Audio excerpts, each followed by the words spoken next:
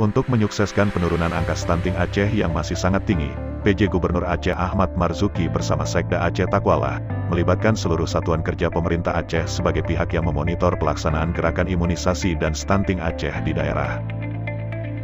Dinas Tenaga Kerja dan Mobilitas Penduduk Aceh di bawah pimpinan Akmil Hussein menjadi orang tua asuh serta memonitoring pelaksanaan gerakan imunisasi dan stunting Aceh atau GISA di Kabupaten Nagan Raya, yang meliputi 4 kecamatan yaitu Kecamatan Kuala, Taduraya, Kuala Pesisir dan Darul Makmur dengan jumlah 7 puskesmas, yaitu Puskesmas Padang Panjang, Puskesmas Padang Rubik, Puskesmas Ujong Fatihah, Puskesmas Simpang Jaya, Puskesmas Kuala Tadu, Puskesmas Alubili serta Puskesmas Sukamulya. Acara tersebut berlangsung di Aula Pendopo Bupati Nagan Raya Selasa 31 Agustus 2022.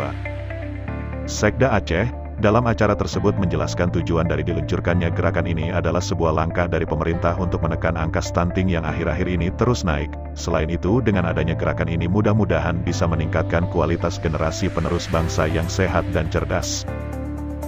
Dalam acara tersebut selain Sekda Aceh juga turut hadir Kadis Tenaga Kerja dan Mobilitas Penduduk Aceh, Kadis Kesehatan Aceh, Kadis BKKBN Aceh, Kadis DPMG Aceh, serta hadir juga dari Forkopimda, para asisten, Kepala SKPK, para camat, Kepala Puskesmas, Kecik Gampung, Bidan Desa serta petugas KB dalam Kabupaten Nagan Raya.